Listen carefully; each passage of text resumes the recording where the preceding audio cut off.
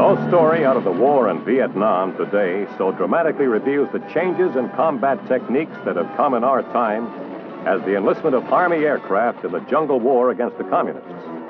These helicopters and fixed-wing aircraft, some of them manned by Vietnamese aviators trained by American soldiers, some piloted by Americans themselves, helped carry the battle to the hidden enemy.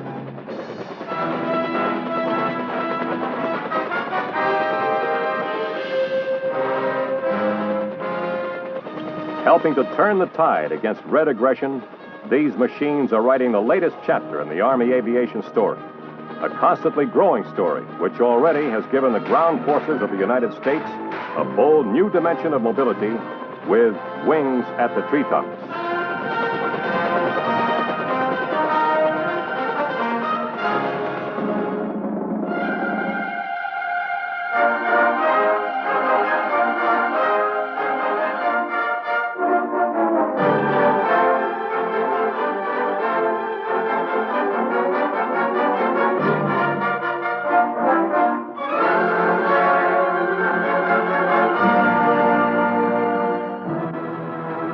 The value of Army aircraft as part of the ground combat team was first demonstrated in World War II, when the old L-4 was used as an aerial observation platform for the adjustment of artillery fire. As a result, the accuracy of that fire was steadily and substantially improved, and the concept of Army aviation was born. There aren't many of these babies left anymore. They're just about as rare now as the old Gatling gun. But they started something all right. A revolution, in fact. At least a revolutionary idea. And the idea simply was this. In an age of bigness and speed, not everything has to be big.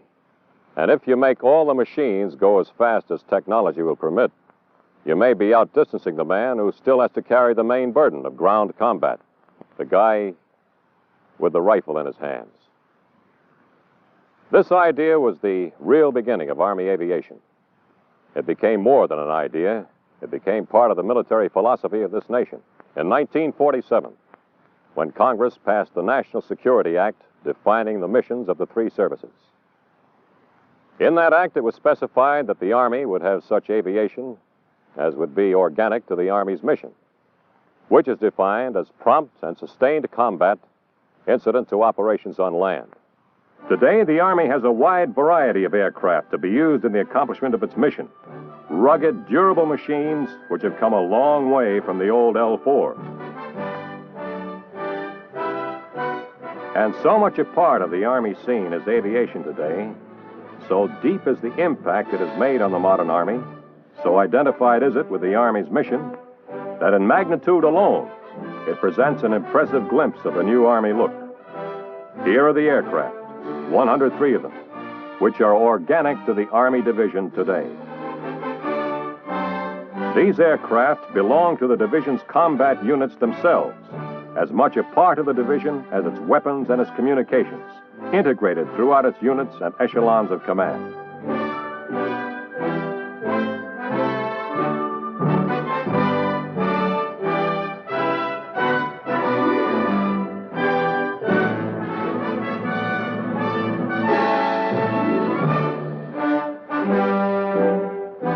All 16 of the divisions in the Army have been reorganized to give them the capability provided by the Army's aircraft. Such is the extent of aviation in the Army today.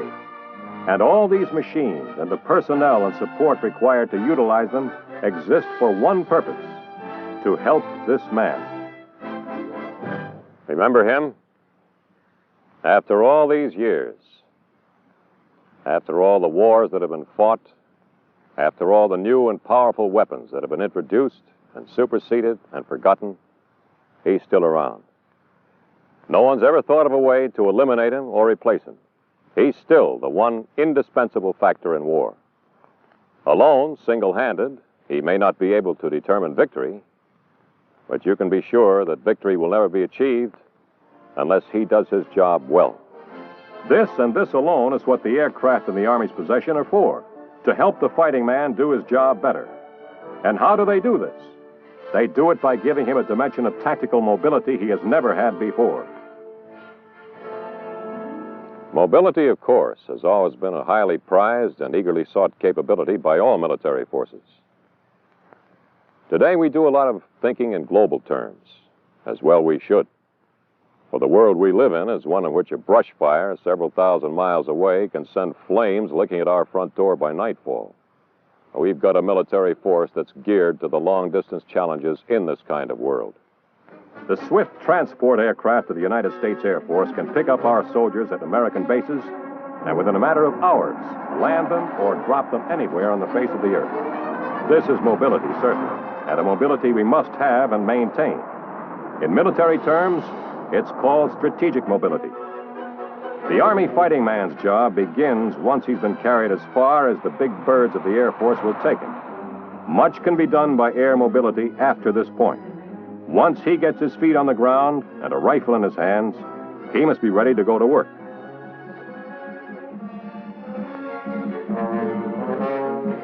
And if the path he has to travel to reach the enemy is mountainous, if it's notched with barriers that slow him down, if it's frozen or mired with mud, then his job is that much harder. For exhausted, he's still got a fight ahead of him. This has always been the foot soldier's enemy over which he has had no power, the tyranny that terrain can impose on the man who must always struggle against its roughest features. Well, but he's won, hasn't he? Sure he has. He's plowed on, he's got there. And in spite of this enemy, on 1,000 battlefields, he's written a record of doggedness and stoutness of heart that are part of the glory of his folklore. But no one's ever been able to tell what the cost of victory is that might not have to be paid in time and in human life, if the soldier who had to do the winning were able to free himself from the tyranny of terrain. These are the machines that finally will help liberate him from this tyranny. These machines are designed solely for his needs and are under his complete control.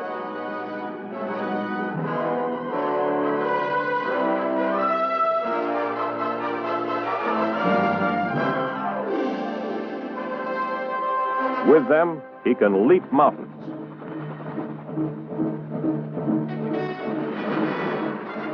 He can cross rivers.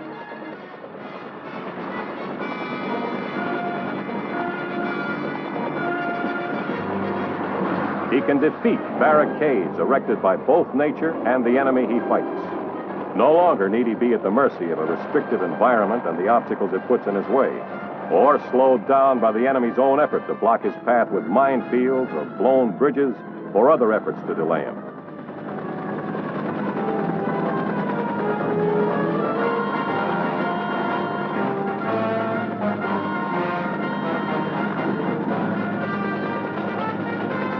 He can seek out the enemy in inaccessible places, in jungle and wooded areas, in remote and hidden spots.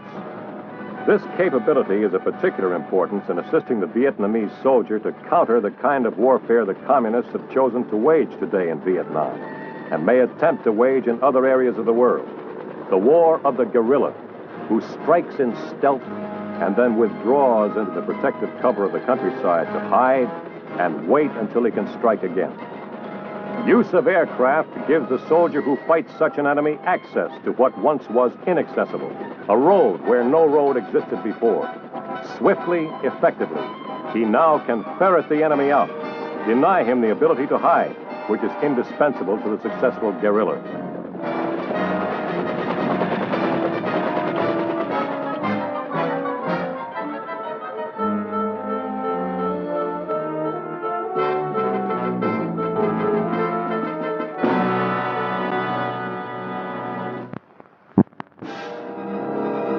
In any engagement, the soldier can reach his objective fast with the use of aircraft. He can reach it fresh for the battle, his strength and his resources undepleted by a strenuous trip over rugged terrain. And because of the speed with which he can travel, he can bring to the battle an advantage which the fighting man always seeks, but until now has not always been able to achieve, the most desirable advantage of surprise.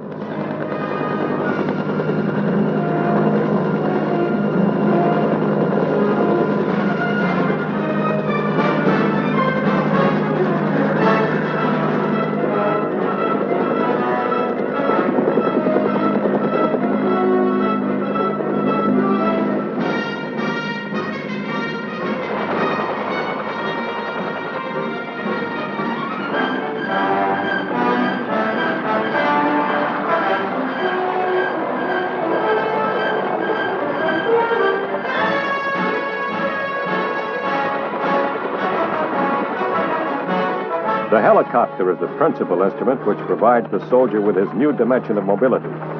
This incredible machine has opened almost single-handedly possibilities for movement and maneuverability undreamed of a generation ago.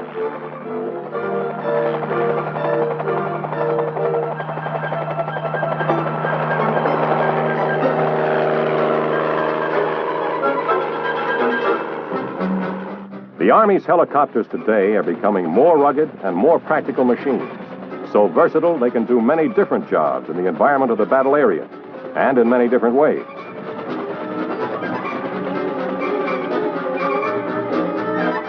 Their principal advantage is their ability to travel at treetop level or below it, skimming the surface of the earth, out of the reach of radar or other detection devices, protected from both observation and enemy fire by the Earth's camouflage. So maneuverable are they that they seem to have a life and a response of their own. They can hover, they can hide, they can change position to rise and hover again. They can land virtually anywhere.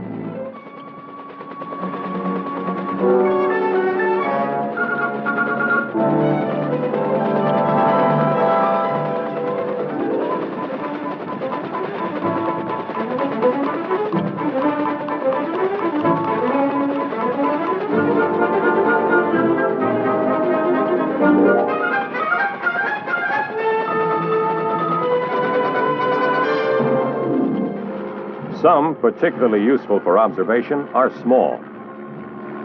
Some are large enough to carry an infantry squad into the battle area.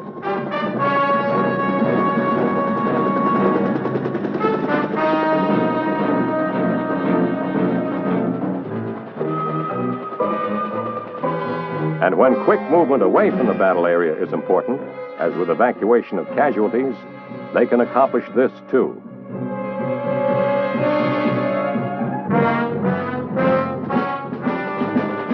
Aircraft serve as aerial ambulances, carrying wounded men to the rear areas where they can be given immediate medical attention.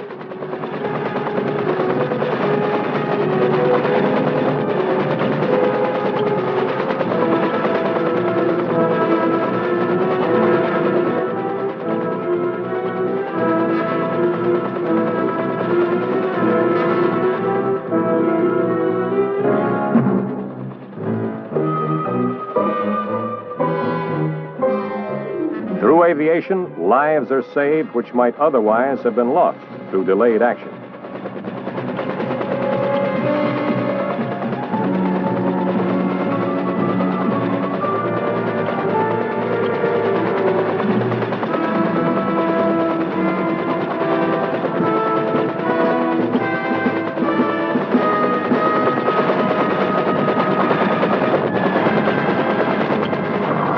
Some helicopters are big enough to transport a full combat platoon, equipped and ready for action.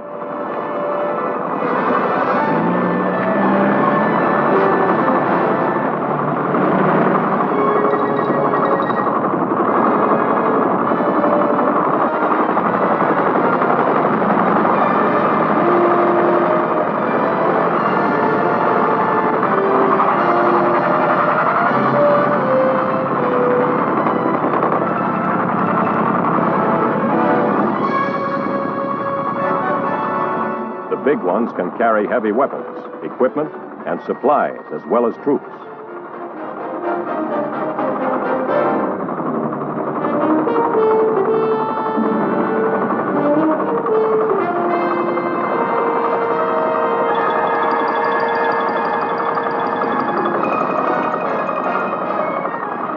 A number of heavy-duty helicopters, for instance, can each transport separate components of the Pershing missile, enabling the missile to be erected in a very short time. This use of helicopters strengthens the soldier's position by putting the Army's heaviest firepower quickly into the battle area with him.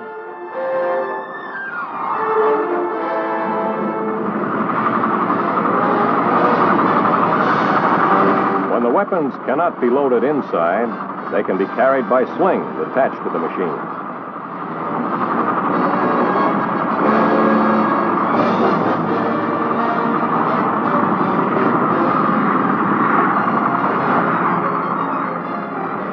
Virtually all helicopters, except for the very smallest, can get other weapons up to where the fighting man needs them.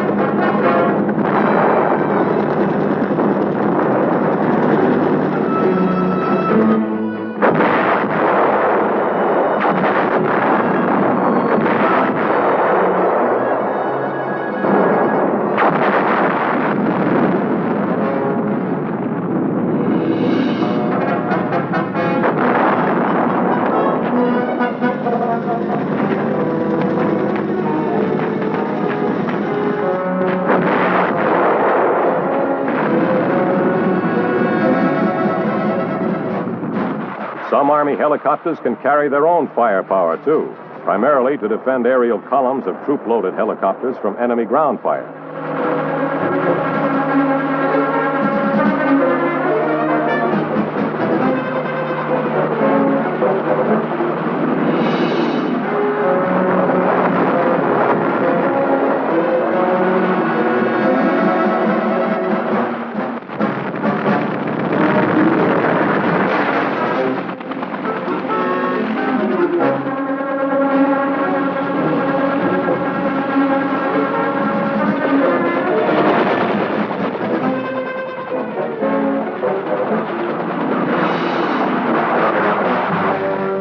The Army's fixed-wing aircraft are faster and can do some jobs better than helicopters. But even these machines, with their increased speed and power, are developed with the emphasis on the same qualities the helicopter must have: rugged performance and the ability to live and operate in the combat zone where the fighting man lives and works, where only improvised aviation facilities are available, and where takeoffs and landings must be made in extremely tight areas.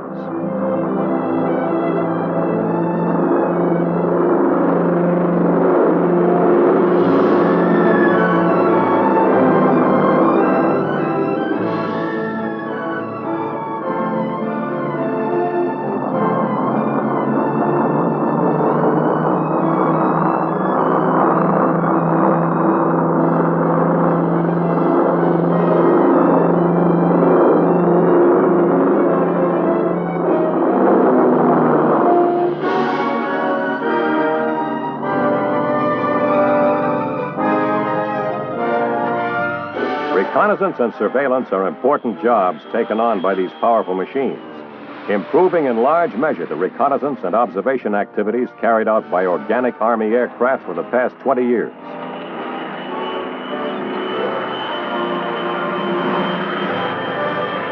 A camera in the belly of the plane is activated, and a photograph is taken.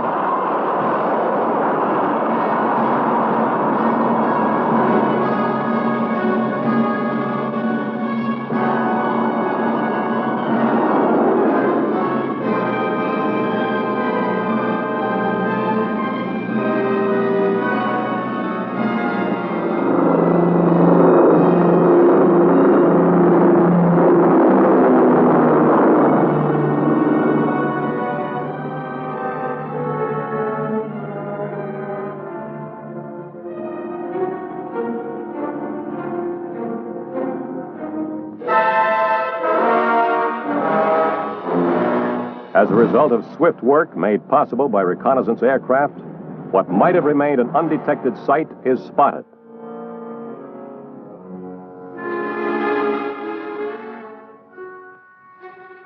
And what might once have appeared to be an empty and abandoned village, devoid of life, is identified as an enemy stronghold.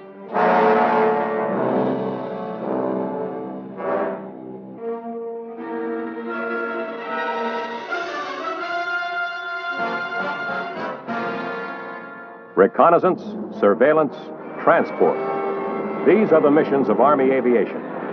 Map of the Earth flying is the technique with which these missions are accomplished.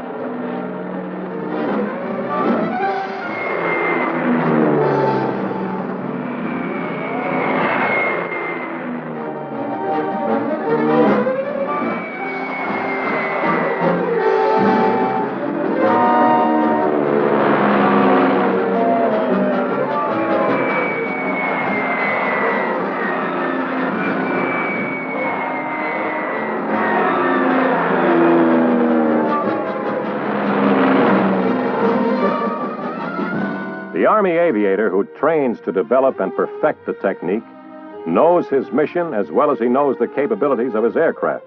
And this he comes to know very well indeed. Because his training is thorough, it is demanding. It draws upon his skill, his patience, and his determination. But it pays him back in other coin, confidence, and the sense of accomplishment that results from the discipline of a simple and rugged machine.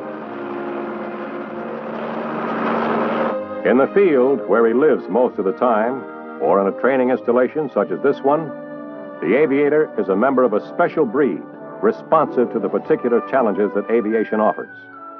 But he is, first of all, a soldier, with the soldier's interests and outlook.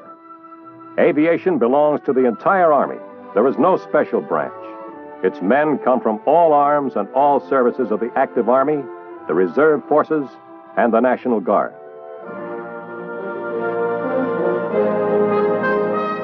But for the men and the women in Army aviation, it has the special excitement of a program growing and broadening as the Army itself moves to meet the future. Soldiers of all ranks serve in the aviation program. Enlisted men are aviation specialists, technicians, crew members, mechanics, men with skills and vision, working with the officer and warrant officer aviators to keep the aircraft flying.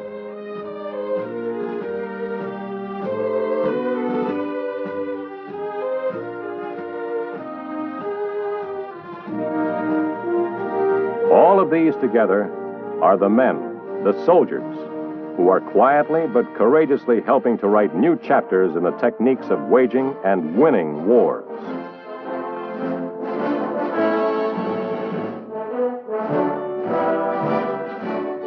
In the remote, scarred mountains and deltas of Vietnam, these men bring their skills in this new technique to assist in the training of a hard-pressed ally who has been fighting a difficult war against the communists for many long and lonely years.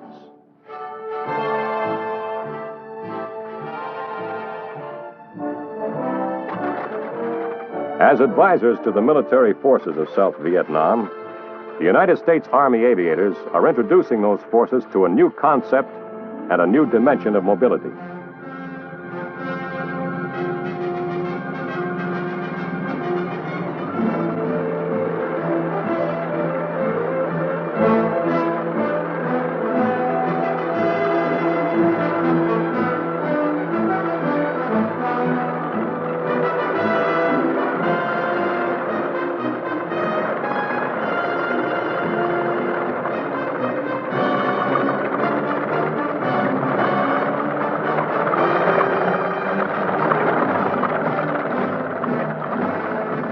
And the South Vietnamese, in turn, use the increased power which this mobility gives them to seek out the hidden enemy who strikes from the jungle and returns to its protection.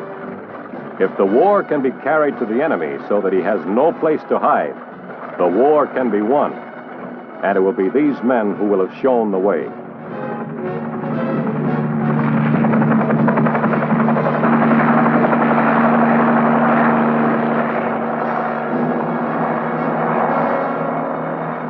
This, then, is Army aviation as it is today. Young, but already indispensable, giving the American soldier a new dimension of power. Single-handedly, it has transformed the concept of mobility in battle within a single generation. And for the soldier, who still, as always, must translate concept into action, it has increased by many-fold his power to take the land and hold it, his classic job in battle.